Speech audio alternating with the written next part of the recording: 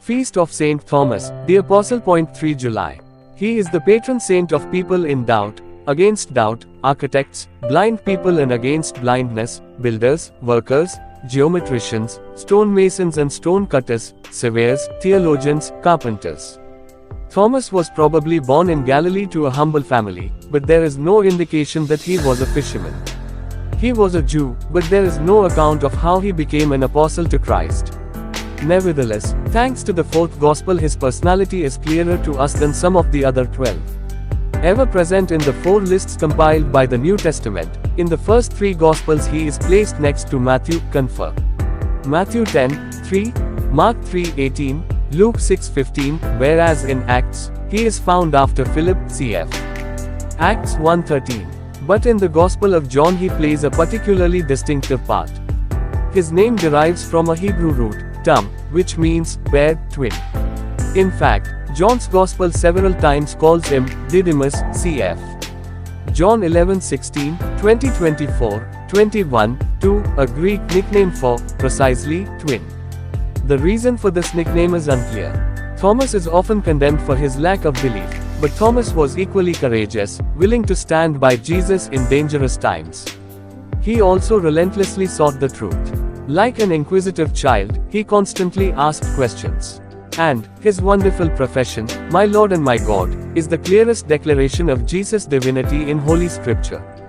The Apostle Thomas was ready to die with Jesus when Christ went to Jerusalem, but is best remembered for doubting the resurrection until allowed to touch Christ's wounds. He preached in Parthia, Persia and India.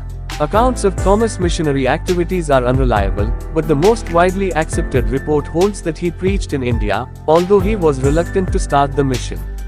According to the actor Thomai, the apostles divided up the world for their missionary labors, and India fell to Thomas. However, Thomas claimed that he was not healthy enough and that a Hebrew could not teach Indians. Even a vision of Christ could not change his mind.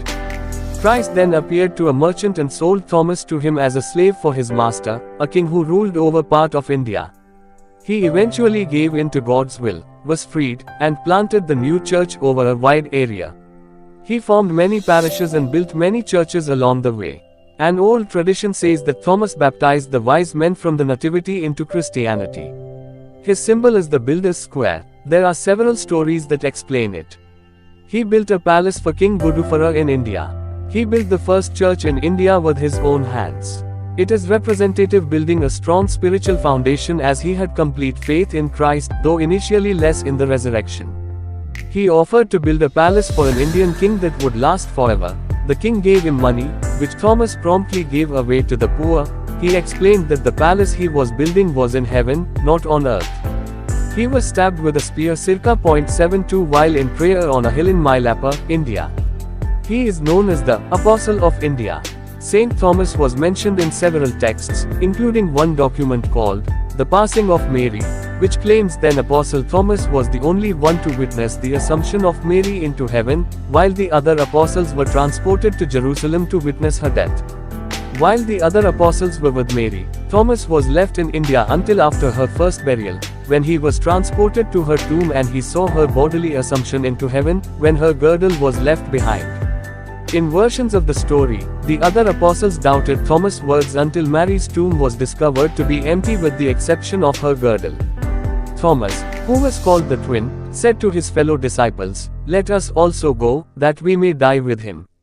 John 11:16. Thomas said to him, "Lord, we do not know where you are going.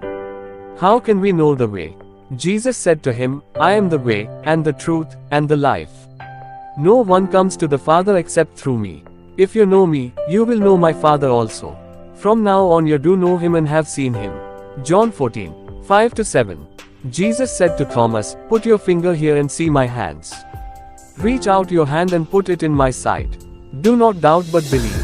Thomas answered him, "My Lord and my God." John 20:27-28. The Lord waits for us to offer him our failings so that he can help us experience his mercy. Pope Francis, the 19th of April 2020. When God becomes my God, we begin to accept ourselves and to love life as it is. Pope Francis, the 19th of April 2020. Thomas placed his fingers in the Lord's wounds. But he did not say, "It's true, the Lord is risen." He went further. He said, "My Lord and my God." Starting with his disbelief, the Lord led him to profess not only his belief in the resurrection, but above all, his belief in the divinity of the Lord. How can I find the wounds of Jesus today? I cannot see them as Thomas saw them. I find them in doing works of mercy, in giving to the body and to the soul, but I stress the body, of your injured brethren, for they are hungry, thirsty, naked, humiliated, slaves, in prison, in hospital. These are the wounds of Jesus in our day. Pope Francis, morning meditation in the chapel of the Domus Sanctae Marthae, the 3rd of July 2013. Jesus can now be recognized by his wounds rather than by his face. Pope Benedict XVI, General Audience on September 27, 2006. The Apostle Thomas case is important to us for at least 3 reasons.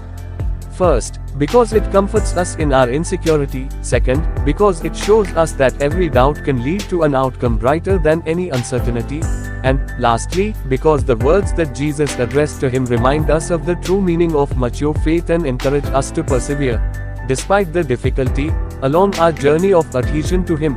Pope Benedict XVI, General Audience on September 27, 2006. What conclusion, dear brethren, do you come to? Surely it was not by chance that this chosen disciple was missing in the first place. Or that on his return he heard, that hearing he doubted, that doubting he touched, and that touching he believed.